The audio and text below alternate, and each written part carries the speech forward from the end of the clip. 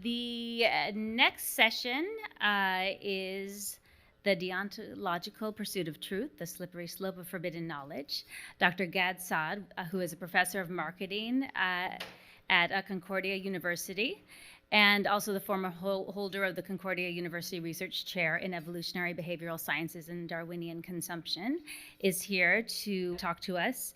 He is, in addition to being an academic, he is a blogger, a YouTuber, and a prolific author.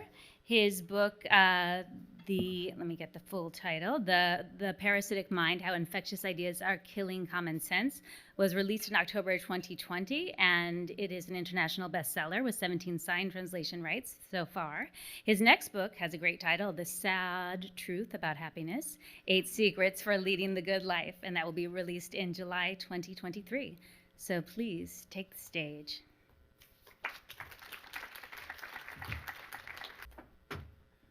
Thank you so much for the introduction, and I'm happy to be here as part of the 10-year anniversary of Caesar.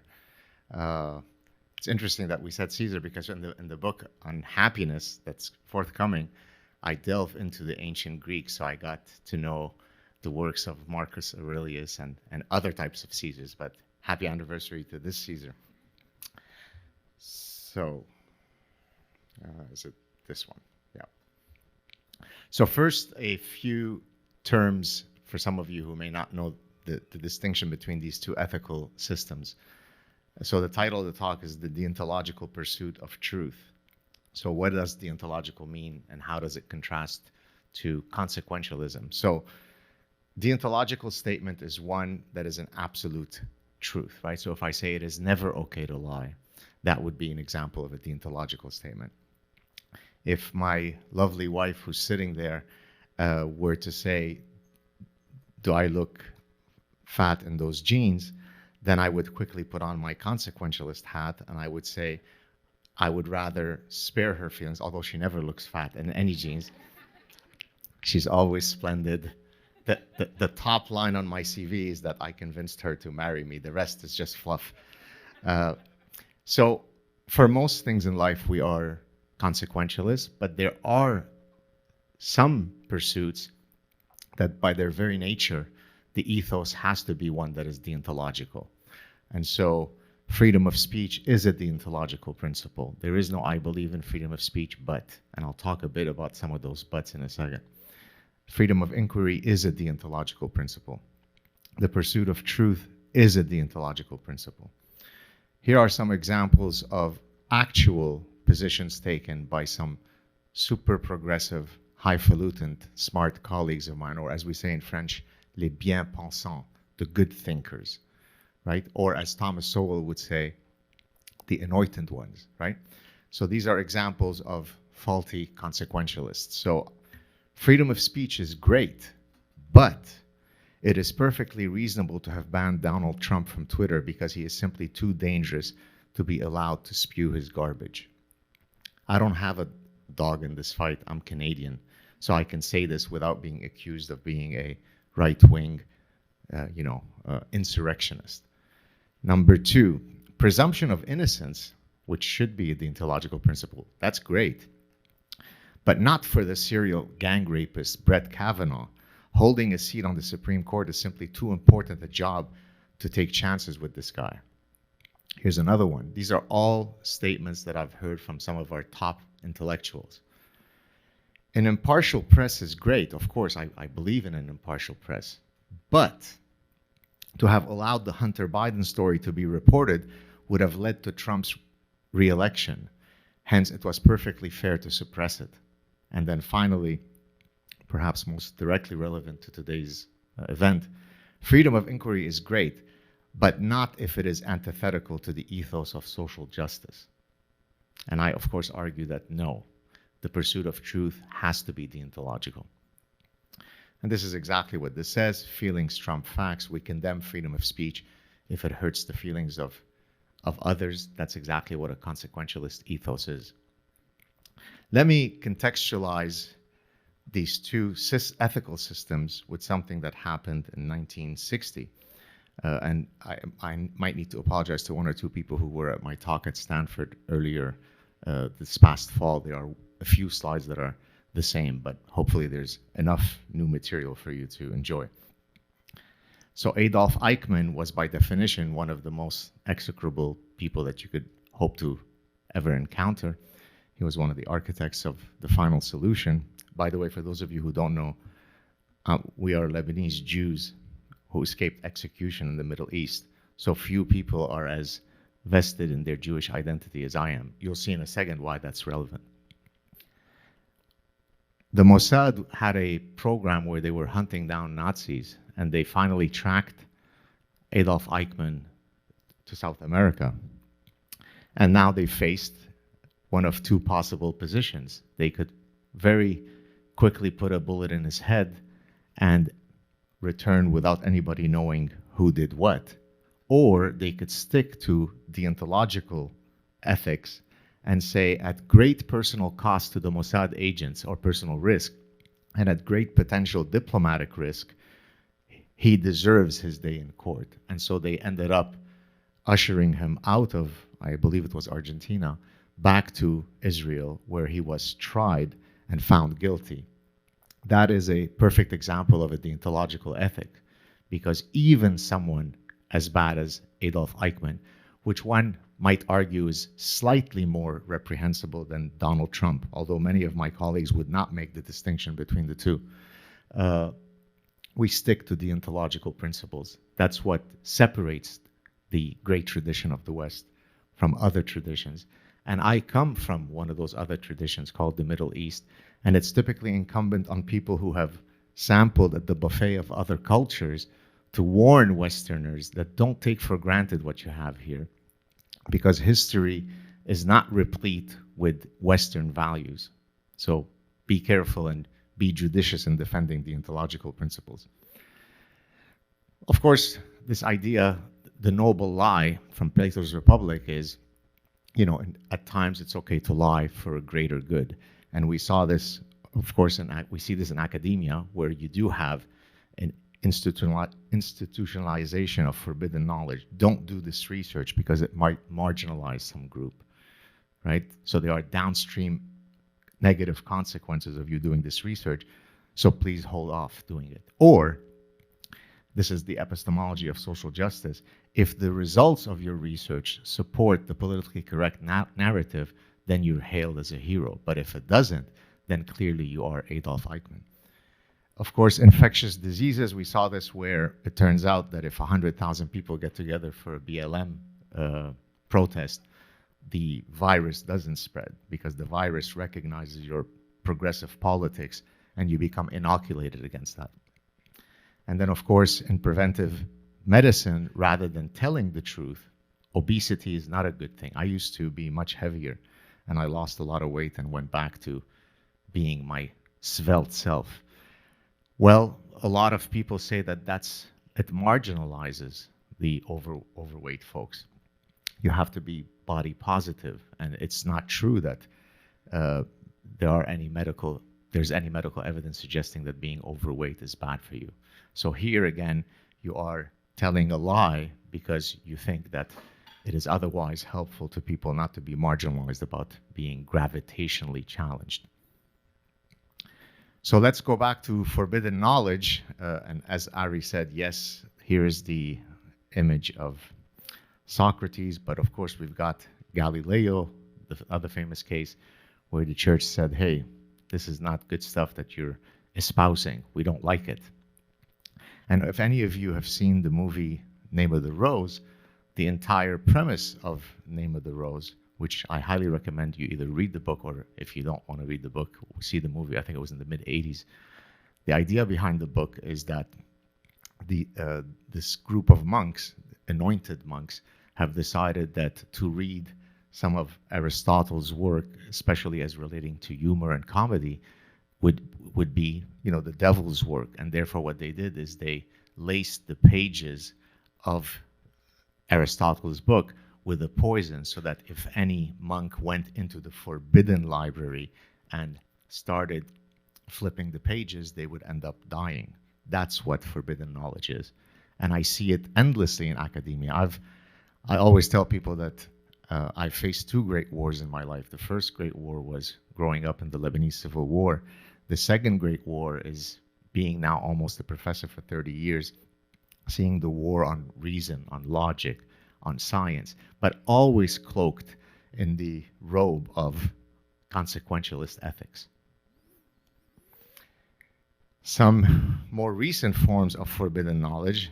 Here's Lysenko to my left.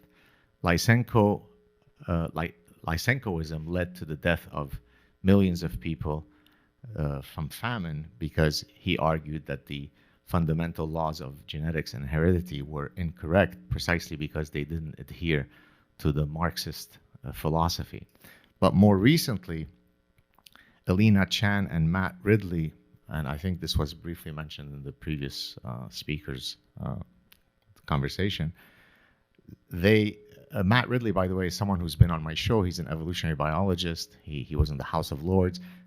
Elena Chan is also someone who's, has the right credentials. And when they came out with their book a while ago, suggesting that there was quite a lot of convincing evidence for the lab leak theory, it was very, very hard for them to find platforms. As a matter of fact, and I don't know if I should say I'm ashamed, because many of you who know my work know that I don't back down on many occasions from anything. But when they reached out to me to come on my show, I put on a consequentialist hat, maybe regrettably, and I said, I'm happy to hold the conversation with you, but I can assure you that YouTube will shut down the conversation and probably my channel will disappear. And so while I'm all for the deontological pursuit of truth, there is a pragmatic reality here, which is we're going to waste our time doing the show and it's never going to see the light of day. Is this the right way to adjudicate the decisions? Probably not. But of course, the bien-pensant knew better than the great unwashed. I have faced this kind of stuff for even before I got into the culture wars, as I have for many years now. Originally in my scientific work, I faced this because some of you may know that I pioneered the use of evolutionary psychology and evolutionary biology in studying consumer behavior and psychology of decision making. And for most social scientists, even today, the idea of arguing that the human mind has evolved through the dual process of natural and sexual selection remains a very controversial issue. And so I could share with you endless desk rejection notes that I've received from people that really would be laughable. It would be difficult to understand that this was not satirical, but the idea is that, evolutionary theory is quack stuff, evolutionary psychology is pseudo quack Nazi business. Well, congratulations, you have a Jewish Nazi, apparently, who's doing evolutionary psychology. But that's the kind of forbidden knowledge. Why are you studying this nonsense? What makes us human is that we transcend our biology. We're cultural animals, according to the social scientists. And as a matter of fact, most departments or most fields in the social sciences have defined themselves as typically rejecting biology. So you could study anthropology and economics and sociology and psychology and consumer behavior and all the rest of it without ever mentioning or hearing the word biology. How is that possible? How could it be that every single other species on Earth, if I were a student of that species, I would have to incorporate its phylogenetic history, its evolutionary trajectory. But there's only one species that is apparently outside the realm of biology. They're called humans. They're called consumers. They're called decision makers. No, they're not. We're just as prone to our biology as any other species. Here's my favorite quote by a scientist because it perfectly would capture, if I ever had the temerity of writing an autobiography of my life, I would just have to have one page consisting of only that quote because it perfectly captures my academic career. And this is the contra to forbidden knowledge. So this is what J.B.S. Haldane said. He was a very famous evolutionary geneticist. He said that when scientists are exposed to a new idea, they go through 4 cognitive stages of accepting the idea. The first 3 of which they rejected. So I suppose the process of acceptance will pass through the usual 4 stages. 1, this is worthless nonsense. Once the evidence starts coming in, well, this is an interesting but perverse point of view. More evidence comes in. Well, this is true, but quite unimportant. Who cares about studying biology, the biology of consumers? There's no practical applications, Professor Saad. And then when the evidentiary threshold is reached and the tsunami of evidence drowns you, oh, I always said so. I was always a fan of your work. Now, the good news for me, and maybe bad news for some of the detractors, is that I am an email hoarder. And so I've retained emails going back 25 years that actually has the same person traversing through all those stages, where I was a complete abject imbecile at stage 1, but then at stage 4, we would be honored to have you give the... How did I go from imbecile to we would be honored? Well, it's because we don't codify forbidden knowledge in science. We allow all ideas to be passed through the evolutionary epistemology of debating which is a good idea and which is bad, and let the best idea win. So you might imagine that some of the things that the former speaker mentioned, I might staunchly disagree with. To that point, some new tricks to stifle academic freedom. There's always new strategies. The fascist variant changes. So now it's under the cloak of it's hate speech. It's hurtful speech. Not quite as bad as hate speech, but it's hurtful. It's non-inclusive. If you do research showing a particular sex difference, it might marginalize, it might perpetuate the sexist status quo, the patriarchal sexist status quo. It's misinformation, or it's willful disinformation. So let me ask you this. If I say that men too can menstruate, is that veridical or is that disinformation? If I say that all sex differences are due to social construction, is that veridical or is that misinformation or disinformation? I could give you 6,000 other examples where you wouldn't be able to tell me whether it should assort on misinformation, disinformation, or whether it's veridical. So there is no forbidden knowledge. There's only the deontological pursuit of truth. Let me give you some examples from my own life. Here I am in 2017 with the head neo-Nazi of Canada, Jordan Peterson. We were both supposed to be speaking at an event at Ryerson University. Ryerson now has changed its name because they found that Ryerson somehow had some, nefarious past, and I think it's now called Toronto Metropolitan University. I can't remember the exact change, but we were speaking at an event called The Stifling of Free Speech on University Campus. What do you think happened to that event? Stifled. There were signs throughout Toronto, physical signs, and also Facebook pages, don't allow neo-Nazi white supremacists in our city. I'm Lebanese Jewish. I'm a white supremacist neo-Nazi. There it is. There's the exact thing. No fascists in our city. Here I am speaking in 2017 in front of the Canadian Senate about Bill C-16. Bill C-16 was at the time a bill that hadn't passed, seeking to incorporate gender identity and gender expression under the rubric of hate speech. And as I tried to explain to the senators, I'm about as socially liberal as they come. So, of course, I'm a fervent supporter that all people should live free of bigotry and so on. But in the pursuit of that noble objective, we don't murder truth, and we don't rape truth in the pursuit of that objective. So I can both walk and chew gum at the same time. I could be a fervent supporter of transgender rights, which should be no different than anybody else's rights. You shouldn't be targeted for your personhood. But I can also say, yeah, I don't think men too can menstruate. That's a wrong statement. But maybe the previous speaker would say, I am spreading disinformation. Who knows? Here are some other examples that speak to uh, an ethos of anti-enlightenment. The one from the National Post, this is an example from Quebec.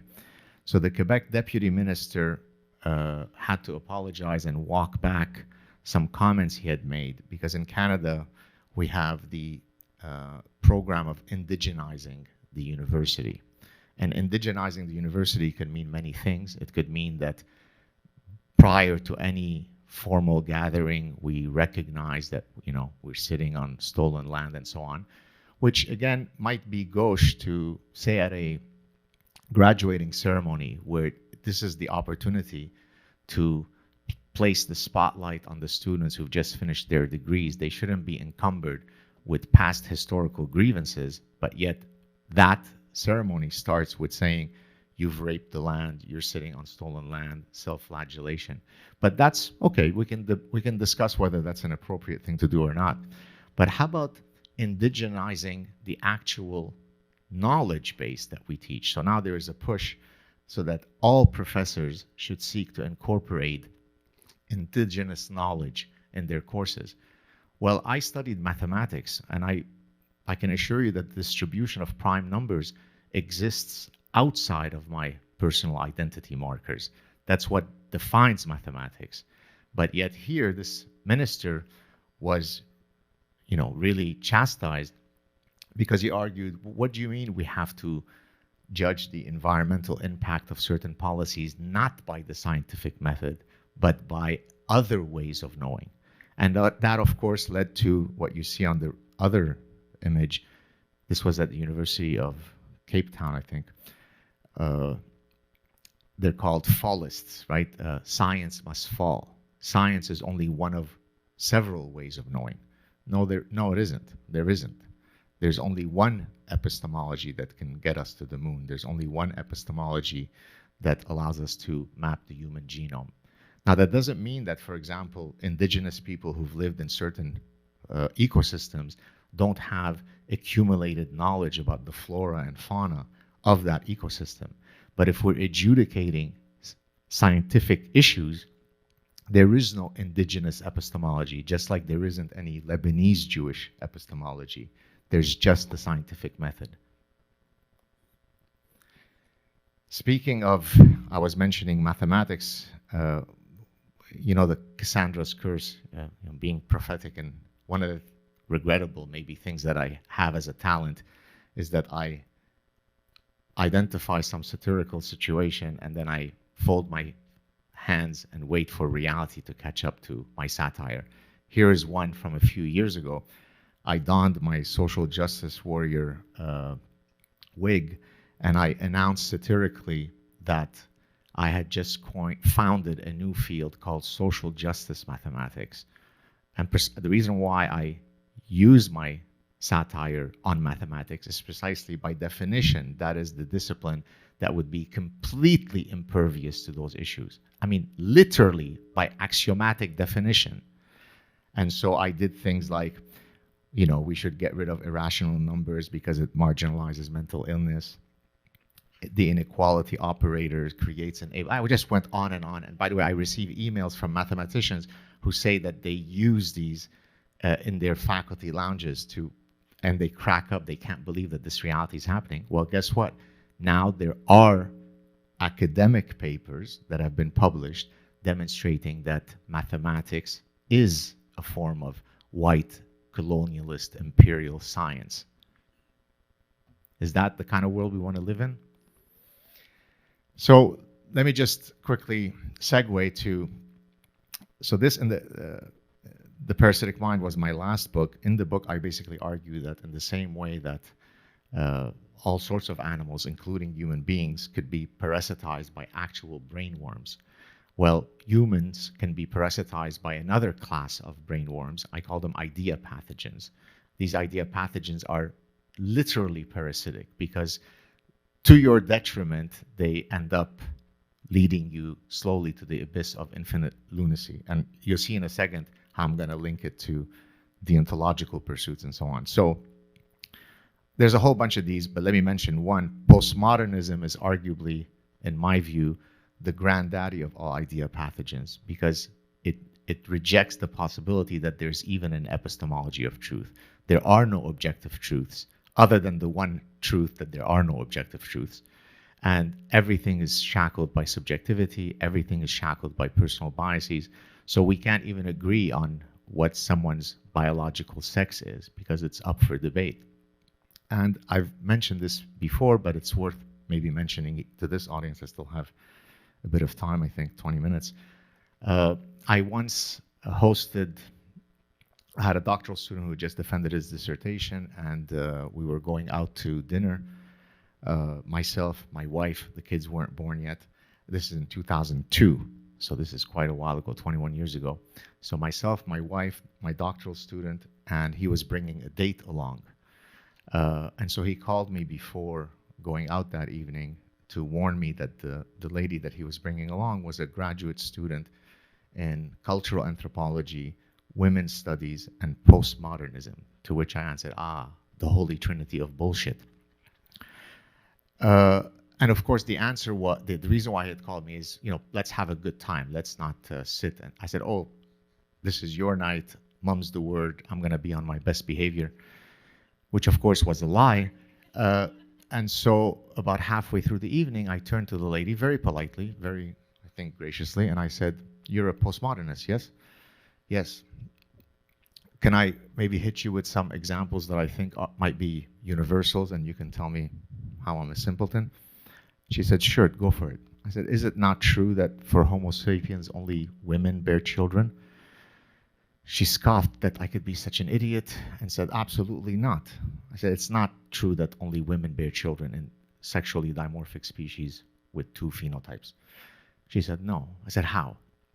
She said, well, there is a Japanese tribe where off some Japanese island, within their folkloric and mythological realm, it is the men who bear children. So by you restricting to the material biological realm, that's how you keep women, barefoot and pregnant.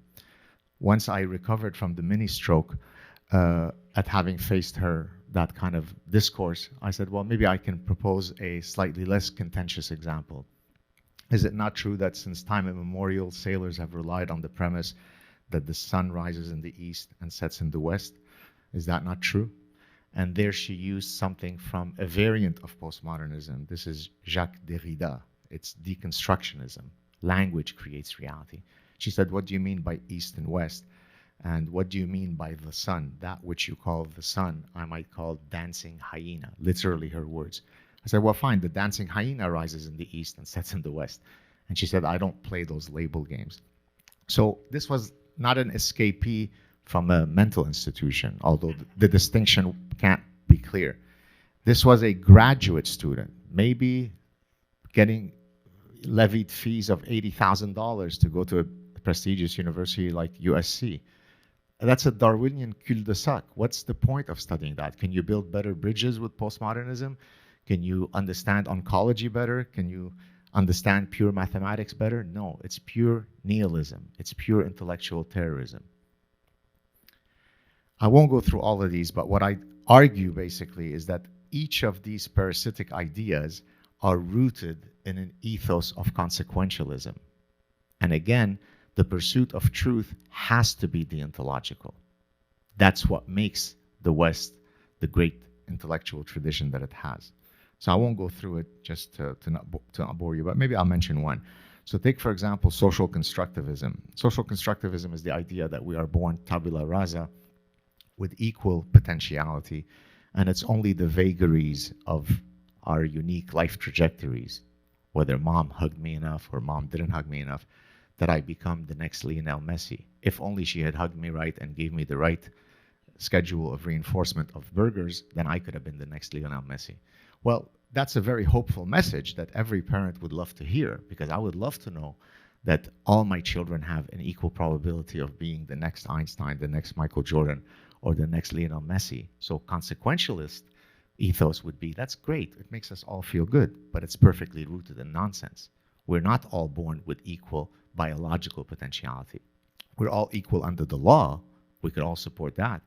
But to argue that we are all born with equal potentiality is pure nonsense. But there was a whole field in psychology and behaviorism that was rooted in that ethos. Okay? So again, each of these parasitic ideas are wonderful in that they elevate our feelings to the detriment of the truth. No, the truth should be deontological. I'm not going to go through all here. I just want to mention very briefly that one of the regrettable realities of having forbidden knowledge is you end up creating echo chambers. Here is some data of the Democrat to Republican ratios across different disciplines. And I won't go through all of them, but disciplines where people celebrate that they are quite even-handed, let's say in economics, might be 5-1 or 7-1.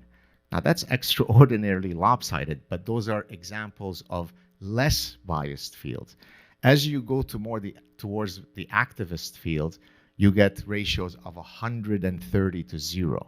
In other words, you're just as likely to, run across a unicorn as you are to run across a Republican sociologist. Now, some of you in this room might say, but that's great. Republicans are idiots and professors are smart. Therefore, of course, they should be liberal. Well, no. On some issues that are incontrovertibly true, we can agree that politics has no bearing. But on issues like, is the death penalty moral or not? What should be the optimal fiscal policy? What should be the immigration policy? There are very valid arguments on both sides of the aisle. And so any reasonable person would say, well, I think would benefit from hearing what the other side would have to say. And certainly if I'm a student paying $80,000, but that's not what we offer our students. And by doing so, we are literally epistemologically cheating them. Just to give a few more examples, I thought I would have less time, but so let me maybe spend a bit more time. So to show you what happens when you are driven by an ethos of political correctness or a consequentialist ethos, since 9/11 alone, there have been, now I think the number is at 36,000 terror attacks in nearly 70 countries by one particular group. Okay? The perpetrators of those 37,000 terror attacks tell you exactly why they did it. And they tell you that it's motivated by their religious fervor, and they'll quote you specific passages. On the right-hand side of this clip, I just culled for you some professorial reasons why it turns out that the perpetrators were lying about why they say they did it, because they know better, because forbidden knowledge, you shouldn't say certain things. Shh. It's due to lone wolfism.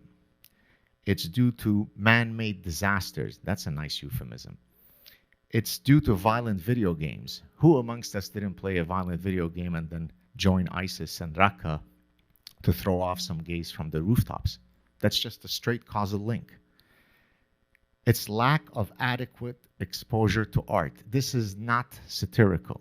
These are real journalists, real professors who argue that lack of exposure to Dali and Chagall, and hence you haven't been aesthetically enriched, could lead to extremism.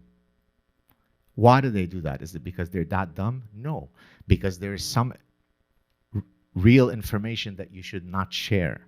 It's inappropriate, it's gauche, it will marginalize people. No.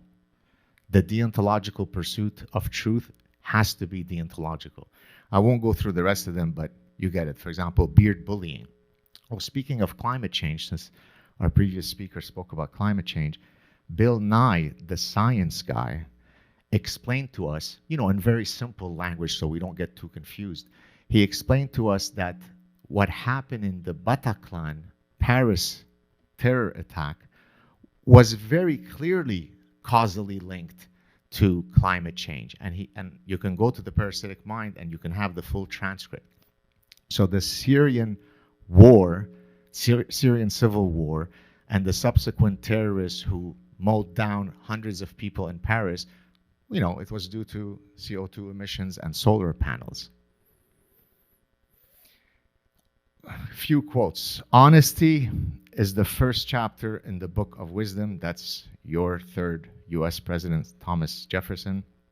And speaking of consequentialism versus deontological, a harmful truth is better than a useful lie. That should be codified within the epistemology of every academic. There is nothing worse than not telling the truth if you're an academic, irrespective of what the downstream effects are. The George Orwell, you already know some of these quotes. Boy, was he prophetic. So how do we save our universities? How do we instill an ethos of the Enlightenment? Well, here are some, I need to wear my glasses because I can't see them. So number one, pursue knowledge unencumbered by ideological activism. No knowledge is forbidden if gathered objectively using the scientific method. Number two, no more identity politics. Instead, promote the dignity of the individual rather than supporting oppression Olympics and victimology poker. Speaking of which, I have willfully stopped applying for grants because I thought that it would be a deontological violation for me to go through the charade of having to write a DIE statement, diversity, inclusion, and equity statement, about how I'm going to diversify the methodology I use and the data analyses. I thought that data analytics were independent of my personal identity, but apparently not. Is that a good thing for science? I don't know if I'm doing important science or not, but is it a good thing that I've taken myself out of these rounds of grant applications because I don't want to engage in the charade? No more, number three, no more coddling of the culture of offense and the ethos of perpetual victimhood. No microaggressions, no trigger warnings, no safe spaces, no culture appropriation, the rest of the nonsense. One of the reasons why apparently it's hard to cancel me is because I won the hand in victimology poker. I hold the highest hand. I'm a war refugee who escaped execution in Lebanon.